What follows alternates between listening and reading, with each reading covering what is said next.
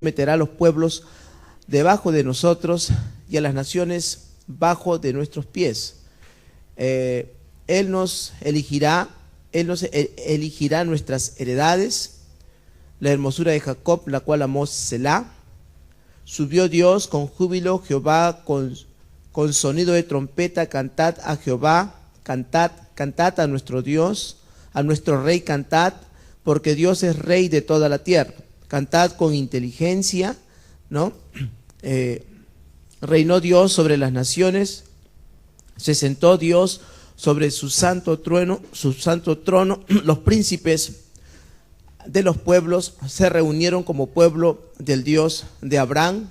Y el último versículo dice, porque de Dios son los escudos de la tierra, Él es muy exaltado. En esta expresión vemos cantando hacia los demás, que la gente lo haga, como dice, pueblos todos, batid las manos, y comienza a dar una relación de cosas para que los demás lo hagan, ¿no es cierto? La segunda expresión, en el segundo ejemplo, en el Salmo 84, es cantando a Dios, dirigiéndose específicamente hacia Dios cuando dice, cuán amables son tus moradas, oh Jehová de los ejércitos. Anhela mi alma y aún ardientemente desean los atrios de Jehová. Mi corazón y mi carne cantan al Dios vivo. Bueno, toda una expresión. En el Salmo 103, en cambio, se habla también hacia uno mismo, ¿no es cierto? Alabanzas de bendición de Dios, pero hablándose a sí mismo, haciendo memoria, como decir, de lo que Dios hace con nosotros. Salmo 103, versículos del 1 en adelante, tal vez todo no lo vamos a leer, pero dice, por ejemplo, aquí, bendice alma mía a Jehová y bendiga todo mi ser su santo nombre. Bendice alma mía a Jehová y no olvides ninguno de sus beneficios. Él es quien perdona todas tus iniquidades, el que sana todas tus dolencias, el que rescata del hoyo tu vida, el que te corona de favores y misericordias, el que sacia de bien tu boca, de modo que te rejuvenezcas como el águila. Jehová es el que hace justicia y derecho a todos los que padecen violencias. Sus caminos notificó a Moisés y a los hijos de Israel sus obras. Misericordioso y clemente Jehová, lento para la ira y grande en misericordia. Bueno, hasta el versículo 22 está en sus estudios. Aquí vemos tres expresiones, ¿no es cierto? Número uno es cantándole a los pueblos, hablándole, cantándole a los demás para que ellos puedan tener esa forma de expresión de alabanza al Señor. Número dos, cantando a Dios, expresándole a Dios lo grande que es Dios, ¿no? Lo amable, lo misericordioso y todo lo demás, ¿cierto? Y último, cantándose a sí mismo, ¿no? Hablando de sí mismo, acerca de una persona, como en este caso David se hablaba de sí mismo. Muy bien, por eso cuando la Biblia en el libro de Hechos, en el capítulo 19, exactamente aquí nos quedamos para avanzar, en el versículo 6, lo que está diciendo aquí es exactamente, no habla enfatizando propio la profecía, porque habla que ellos estaban profetizando, ¿no es cierto?, y estaban hablando en otras lenguas, dice en esta porción bíblica, sino que estaban realmente, lo que estaban haciendo era que hablaba, o el énfasis daba hacia cantar bajo la inspiración del Espíritu Santo, porque eso es salmo, cantos, ¿no? Cánticos. Muy bien, algunas definiciones les voy a dar, por ejemplo, de profecía. Profecía significa, o es un fluir sobrenatural en un lenguaje conocido, profético, eso lo entienden las personas, los oyentes, ¿cierto? Eso es profecía. En Hechos 19, cuando habla de que ellos profetizaban, ¿cierto? Entonces, parte de esto es la profecía, y profecía es fluir sobrenaturalmente en un lenguaje conocido. Habla también de que hablaban diversos géneros de lenguas, ¿no? Bueno, diversos géneros de lenguas se interpreta por un fluir sobrenatural también, pero en un lenguaje desconocido, ¿no es cierto? Que aquí viene también lo otro, que es la interpretación de lenguas, ¿no? Que es un don del Espíritu Santo que sirve para interpretar lo que se ha dicho en diversos géneros de lenguas. Todo esto es como un todo, un paquete, donde tiene que ver con los cánticos, ¿no es cierto? Tiene que ver con una persona que fluye, llena del Espíritu Santo, estas características, donde se incluye la profecía, los diversos géneros de lenguas, la interpretación de lenguas, son ingredientes que hay en la vida de un creyente que está así. Primera de Corintios, aquí comenzamos a avanzar, capítulo 14 y versículo 5. Primera de Corintios, capítulo 14 y versículo 5. Pablo habla aquí y dice: así que quisiera que todos vosotros hablaseis en lenguas, pero más que profetizaseis, porque mayor es el que profetiza que el que habla en lenguas, a no ser que las interprete para que la iglesia reciba edificación. La palabra hebrea aquí que se usa en profecía se traduce por fluir. Eso es lo que es una profecía según la traducción en hebreo. Fluir indica como brotar, como una fuente, ¿no es cierto? Esta palabra también en griego se traduce por profecía, por hablar, ¿no es cierto?, por otro, y significa hablar por Dios. Recuerden que la profecía no solamente era del Nuevo Testamento, sino que también del Antiguo Testamento. Así que hay traducciones de la profecía en el hebreo y también en el griego en este caso, ¿no es cierto? Muy bien. El don de la profecía no debe confundirse con el oficio del profeta, puesto que son dos cosas diferentes. Un creyente lleno del Espíritu Santo, que tiene estas características del Espíritu Santo, ¿no?, de esa llenura, puede profetizar, puede hablar en otras lenguas, puede también dar la interpretación de esas lenguas, pero no necesariamente es un profeta, porque es diferente el profeta como don, ¿no es cierto?, que el don de profecía. Son dos cosas diferentes. Cualquier hermano lleno del Espíritu Santo puede profetizar, puede tener en funcionamiento en su vida el don de profecía. Juntamente, obviamente, ¿verdad?, debe haber tenido también el don de lenguas, ¿cierto? Y también la interpretación de lenguas para luego profetizar. Muy bien. Así que es diferente, no es lo mismo, ¿no? En el don de profecía, hablando como don, hay dos cosas. Les voy a mostrar de esta manera. El ministerio quíntuple se muestra quíntuple por 5 ministerios, ¿verdad? Entre los cuales, como ejemplo, tomamos la mano para no olvidarnos. El dedo pulgar indica el apóstol, ¿verdad? Y el dedo índice indica al profeta, como que el que da dirección. Y luego le explico por qué dicen que este dedo se caracteriza como ejemplo, como el apóstol. El dedo del centro, que es el que normalmente una mano lo tiene un poco más grande, es el que se levanta, es el evangelista, ¿cierto? Y el dedo siguiente vendría hacia el pastor. Se parece, ¿no es cierto? Parece. Y el dedo más pequeñito es entre los dones del ministerio vendría a ser el maestro. Y lo enseñan así, no sé por qué, de otra forma. Dicen que el dedo que nos sirve es para, ¿no es cierto?, limpiarnos de toda suciedad que tenemos a veces en nuestro oído físico. Eso mismo hace el don del maestro. Cuando enseña, va quitando de nosotros toda palabra mal dicha, todo pensamiento malo que tenemos, todas costumbres malas que tenemos, va edificando nuestras vidas, va arreglando nuestro caminar, ¿no es cierto?, porque viene la palabra del maestro, él fluye con una unción de maestro. Esos son los dones del ministerio. Cuando yo hablo del don de profeta, es como ministerio, ¿verdad? Es un don, es un regalo de Dios hacia la iglesia, es totalmente diferente que el don de profecía, no es lo mismo, ¿cierto? El don de profeta, el profeta como don, es como decía el pastor, es un don de Dios. El apóstol es un don de Dios, que por cierto el apóstol se llama apóstol porque como este dedo es el único dedo que toca con mucha facilidad los otros dedos, dice que el apóstol es aquel, pues, que ha avanzado, porque para llegar a ser apóstol ha tenido que pasar por los otros ministerios. Un apóstol puede enseñar, un apóstol puede profetizar, un apóstol puede evangelizar, ¿no es cierto? Un apóstol puede hacer la obra pastoral. El apóstol no deja de ser pastor. Es apóstol, pero además de ser apóstol, es pastor. O sea, no porque ahora se convirtió en apóstol, es un error decir cuando yo era pastor, porque no ha dejado de ser pastor, ¿no es cierto? Sino que esos 5 ministerios están en operación en la vida del apóstol. Entonces, cuando yo hablo del ministerio quíntuple, ahí estoy tocando al profeta como don, y no estoy tocando al profeta como el don de profecía, que es diferente. El don de profecía lo puede tener cualquier hermano que no sea profeta, como don, porque solamente hay 5 dones del ministerio, ¿verdad?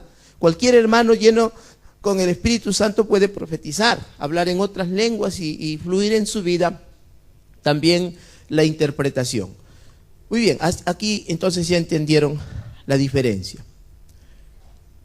Entonces les decía que en el don de profecía no existe el elemento de revelación como si lo encontramos en el ministerio profético, porque es una función diferente. El profeta tiene una función diferente que tan solo tener un don de profecía.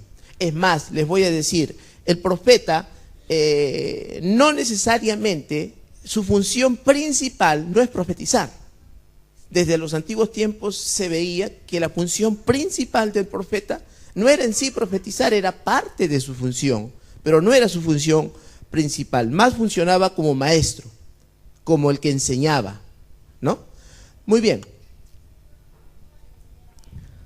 En algunos casos hay elementos de profecía en la predicación, porque es diferente predicar que enseñar. Si ustedes se dan cuenta, a veces el pastor enseña y a veces el pastor predica. En este caso yo estoy enseñando la palabra del Señor, ¿no es cierto? Y es diferente predicar. Entonces, cuando decimos aquí que en algunos casos hay elementos de profecía en la predicación o enseñanza, porque también puede haber en la enseñanza de la palabra de Dios, cuando alguien está ungido por el Espíritu Santo e inspirado para decir cosas que vienen del corazón de Dios, en lugar de lo que piensa la cabeza o el razonamiento humano. Por esto es solamente una fase, pero esto es solamente una fase del don de profecía. O sea, inclusive los pastores, lo que trato de decir aquí, inclusive los predicadores o los maestros de la palabra del Señor, que en medio de su mensaje pueden lanzar una palabra profética, pero eso no le hace un profeta, ¿no es cierto? Porque tanto ellos como cualquier hermano de la iglesia puede profetizar. Muy bien, estamos viendo entonces las características de un creyente que es lleno con el Espíritu Santo. Muy bien, entonces nos hemos dado cuenta que el propósito del don de profecía es diferente al propósito del ministerio profético, ¿no es cierto? Es diferente. Y a su vez es diferente también del propósito de la predicación del Evangelio, ¿no? Por ejemplo, la Biblia no enseña, no proclama que por la locura de la profecía la gente se salva, sino que por la locura del Evangelio, ¿verdad? Entonces, cada cosa tiene su propósito y no se puede decir una cosa por otra. Por ejemplo, veamos en 1 Corintios capítulo 1, versículos del 17 al 18. Aunque Pablo era maestro y era apóstol y tenía el don también de profecía y era evangelista, él dice: pues no me envió Cristo a bautizar, sino a predicar el evangelio. Miren, él era apóstol, pero se ve que en su ministerio apostólico también fluía como evangelista, ¿no? Era un apóstol, era obvio. Entonces dice: pues no me envió Cristo a bautizar, sino a predicar el evangelio, no con sabiduría de palabras. Ahora, no estoy diciendo, ni la Biblia está diciendo, de que Pablo hablaba cualquier cosa porque predicaba. No está diciendo eso, porque como ustedes saben, entre todos los libros que nosotros vemos se encuentra mucha doctrina en las enseñanzas que el apóstol Pablo nos da. Así que cuando él dice, no con sabiduría de palabras, no es que hablaba cualquier cosa, sino que cuando fluía en el ministerio evangélico a veces se comete locuras, ¿cierto o falso? En el evangelista se desarrollan muchas cosas y Dios lo usa de una manera muy especial, de tal manera que la gente se convierte al Señor. Hay algo que pasa, hay cosas, a veces locuras que dice, pero Dios tiene una motivación. ¿Por qué motivo dice ciertas cosas para llegar al corazón de las personas? Así que dice: no con sabiduría de palabras, para que no se haga vana la cruz de Cristo, porque la palabra de la cruz es locura a los que se pierden, pero a los que se salvan, esto es a nosotros, es poder de Dios. Amén. Entonces, hasta aquí nos damos cuenta que una cosa y otra cosa son diferentes y cada una de ellas tiene un propósito. Es como un hombre, ¿no? Dios lo hizo con un propósito y nunca desarrollaría bien el papel de mujer. Se ve absurdo. porque Dios lo hizo con un propósito. Y viceversa, las mujeres tampoco, son siempre mujeres y no va a cambiar, ¿no? Igual, entonces cada cosa tiene su lugar. Pero las manifestaciones sobrenaturales son dadas también para llamar la atención de la gente, pero no necesariamente para salvarlas. Hay milagros en medio de los mensajes evangelísticos. Sucede con más frecuencia en el ministerio evangélico que tal vez cuando alguien está solo enseñando, aunque no es poco. Muchas veces se encuentra mucha contradicción entre un evangelista y un maestro. No que se contradigan, ambos sirven para el mismo Dios, ambos fluyen en el Espíritu Santo y todo lo demás. Sin embargo, como ya les dije, como Pablo dice, que para algunos es locura, a veces se dice o se hace locuras, pero no significa que está mal. Entonces el maestro viene después que el evangelista predicó y comienza a corregirlo, todas las cosas que el evangelista dijo y que tal vez no se entendió también, ¿no es cierto? Muy bien, por ejemplo, veamos Hechos capítulo 2. ¿Qué pasó acá? Algo que parecía locura. Así lo catalogaba la gente. Hechos capítulo 2, versículos del 14 al 21. Entonces Pedro, poniéndose en pie con los 11, alzó la voz y les habló diciendo: varones judíos y todos los que habitáis en Jerusalén, esto os sea notorio y oíd mis palabras, porque estos no están ebrios como vosotros suponéis, puesto que es la hora tercera del día. Había algo especial que estaba pasando. Recuerden ustedes que fue el día de Pentecostés. Estaban llenos con el Espíritu Santo, hablaban en otras lenguas y profetizaban, ya saben, cantaban, porque eso significa profecía, cánticos, ¿no es cierto? Se dirigían hacia Dios, se dirigían hacia los demás, se dirigían hacia ellos mismos, ¿no es cierto? Con cánticos. Muy bien, eso es lo que vemos por la palabra. Entonces la gente comenzaba a juzgar y dijeron: ellos están borrachos, ¿verdad? ¿Sí? Parecía una locura o parecía que había un desorden, porque cada uno hablaba de un lenguaje diferente, a no ser pues que hubiese una sola persona y de un solo lenguaje. Pero había, dice, en ese entonces, varones bajo el cielo de diferentes nacionalidades. Por lo tanto, cada uno de ellos los oía hablar en la lengua de su lugar de nacimiento. Por eso entendían. Era locura lo que estaba pasando. Entonces, pero se levanta Pedro y se puso en pie y le dice: no es como ustedes piensan, ellos no están borrachos, ¿no es cierto? Esto es, dice Pedro en el versículo 16, mas este es lo dicho por el profeta Joel: en los postreros días, dice Dios, derramaré de mi espíritu sobre toda carne, y vuestros hijos y vuestras hijas profetizarán, vuestros jóvenes verán visiones, vuestros ancianos soñarán sueños, y de cierto sobre mis siervos y sobre mis siervas en aquellos días derramaré de mi espíritu y profetizarán, y daré prodigios arriba en el cielo y señales abajo en la tierra. Esta era una señal. Entonces las señales, la Biblia dice, las señales seguirán a los que creen, ¿verdad? Por una señal que puede ser un milagro, hablar en otras lenguas, profecías, interpretación de otras lenguas, todos estos son señales, milagros, sanidades, prodigios. Estas señales no salvan a la gente, pero atraen a la gente. ¿Qué está pasando? ¿Están borrachos? ¿Qué pasa? Un cojo se sanó. 2 cojos vemos por la historia del Evangelio. Pedro y Juan y otros apóstoles sanaron a 2 cojos. En uno de estos días les mostré esto. Y la gente se amontonó porque dice que era cojo de nacimiento. Entonces llamó la atención de muchos, ¿no? No se salvaron muchos creyeron, pero una gran parte de ellos agarraron y los metieron a la cárcel los apóstoles. Si usted lee la historia, algunos se salvaron, otros no. Así que son buenos los milagros, son buenos los prodigios, son buenas las señales, pero eso no salva a la gente. Solo es como un anzuelo que Dios lanza para que la gente venga y pueda oír el mensaje del Evangelio. Porque, dice Pablo, la gente se salva por la locura del Evangelio, porque eso es poder de Dios para salvación. El milagro no salva a nadie, la sanidad no salva a nadie. Tal vez te sana y ahora que estás sano te olvidas de Dios, ¿verdad? Ya se arregló tu situación. Cuando tenías necesidades, Dios vino, te sanó, porque es así. Los dones son irrevocables. Si alguien tiene un don de sanidad, de repente tú ni estás creyendo y opera ahí el don, que es el don de fe, ¿no es cierto?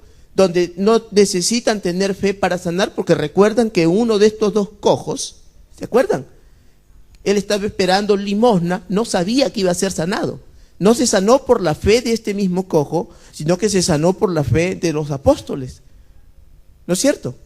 En la otra ocasión, Pablo dice que esa persona tuvo fe para ser sanado. Uno tuvo fe y el otro no tuvo fe.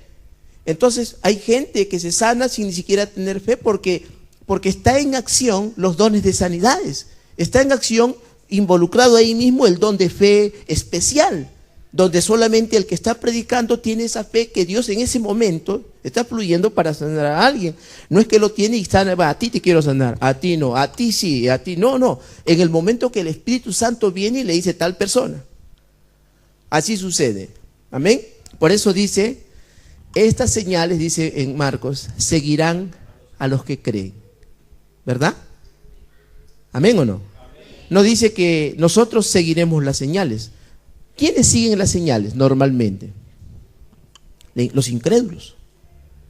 Por eso en el ministerio evangelístico suceden tantas cosas. La gente se agolpa, llenan los estadios con gente incrédula. Dicen, allá sanan, ay, vamos a ver, dicen. Muchos se salvan, otros no. ¿Verdad?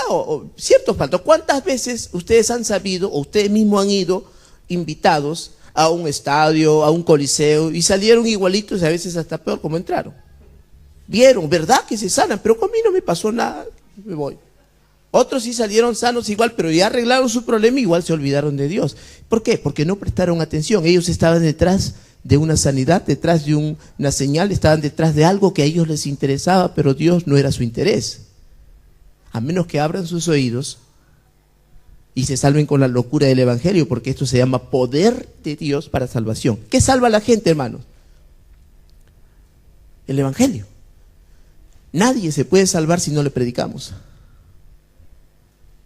Claro, si tú tienes un buen carácter, si tú tienes una buena vida, eres un creyente lleno con el Espíritu Santo, la gente va a admirar tu vida, pero no se va a salvar viendo tu vida. Te va a ver a ti y te va a preguntar, ¿qué tienes tú que yo no tengo? O sea, le va a llamar la atención tu vida.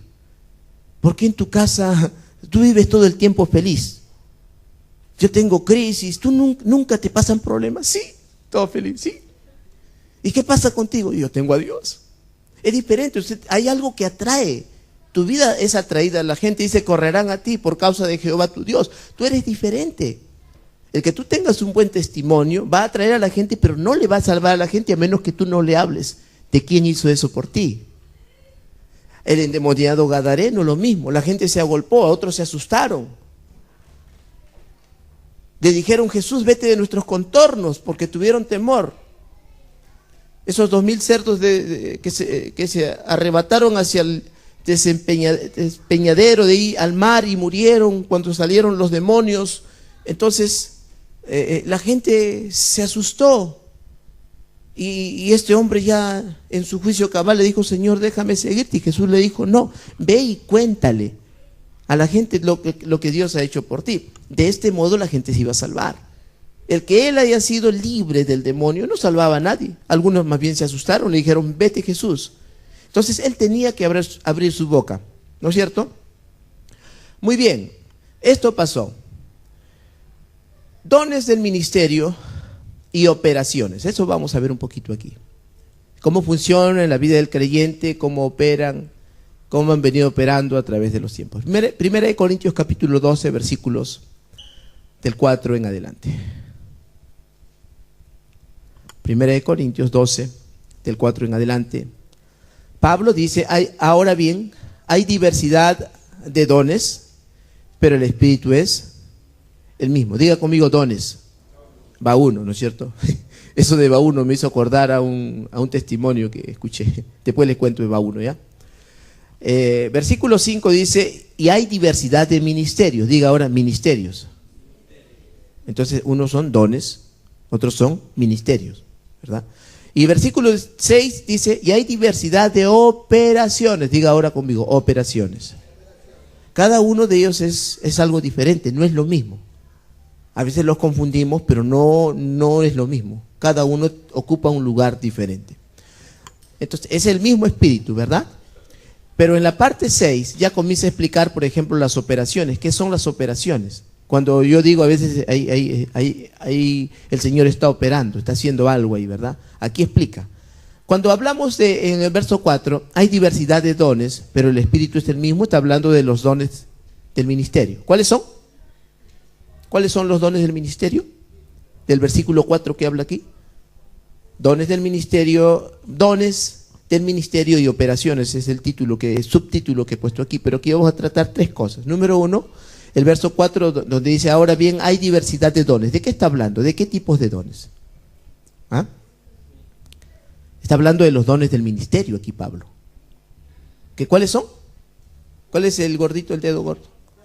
El apóstol, el profeta, el evangelista, el maestro, el pastor.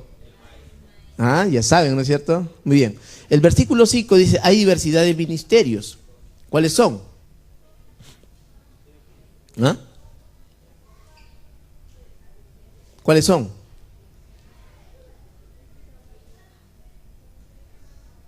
¿Se dieron cuenta o no?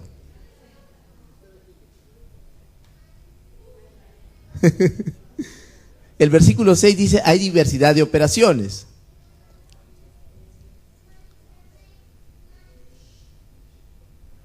¿Nos equivocamos? Sí, nos equivocamos, ¿verdad? Es el versículo 5 donde habla de los dones del ministerio, ¿verdad? Y el versículo 4 es donde habla de los dones en sí, ¿verdad? Y la explicación de estos dones es el versículo 6. ¿Sí? De nuevo, cuando dice hay diversidad de dones del Espíritu Santo.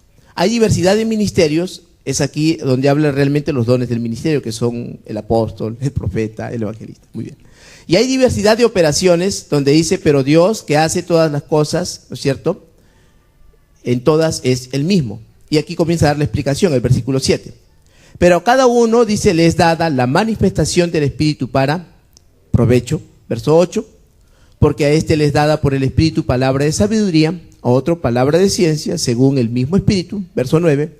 A otro fe por el mismo Espíritu, a otro dones de sanidades por el mismo Espíritu. Aquí habla en sí de los géneros diferentes de los dones, ¿cierto?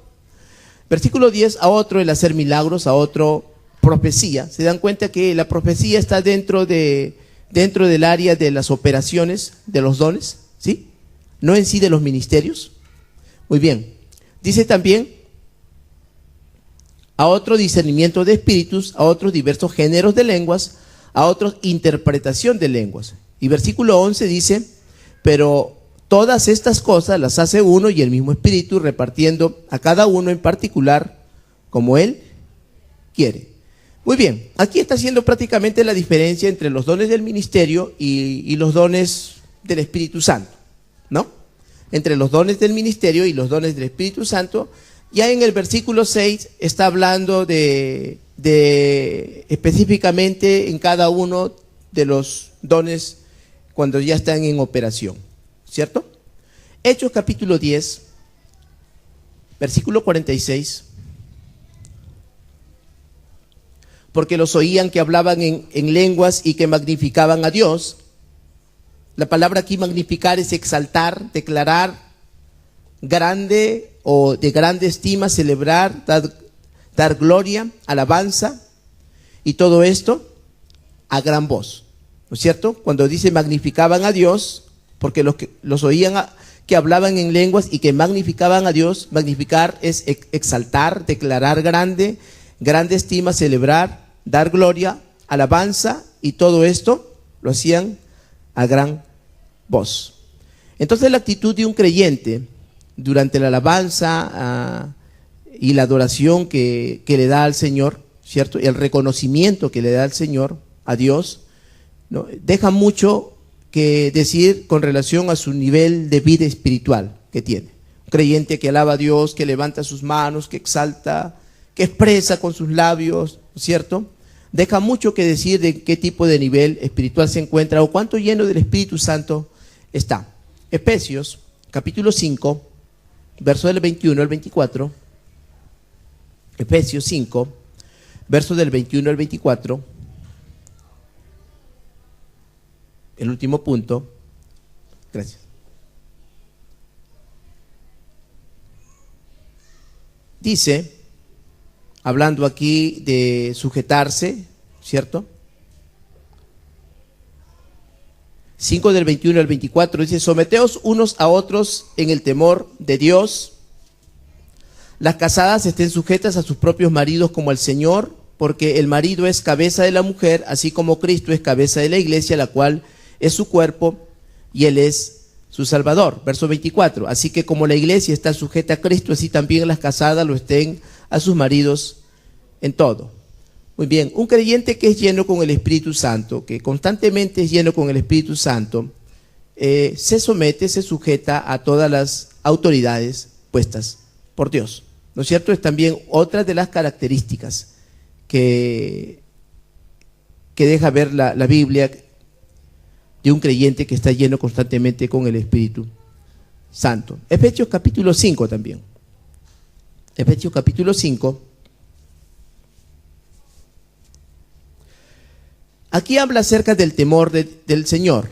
Dice: no os embriaguéis con vino, en lo cual hay disolución, antes bien sed llenos del Espíritu, hablando entre vosotros con salmos, con himnos y cánticos espirituales, cantando y alabando al Señor en vuestros corazones, dando siempre gracias por todo al Dios y Padre en el nombre de nuestro Señor Jesucristo.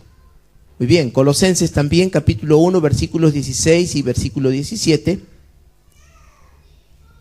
La palabra de Cristo more en abundancia en vosotros, enseñándoos y exhortándoos unos a otros en toda sabiduría, cantando con gracia en vuestros corazones al Señor con salmos e himnos y cánticos espirituales. Verso 17.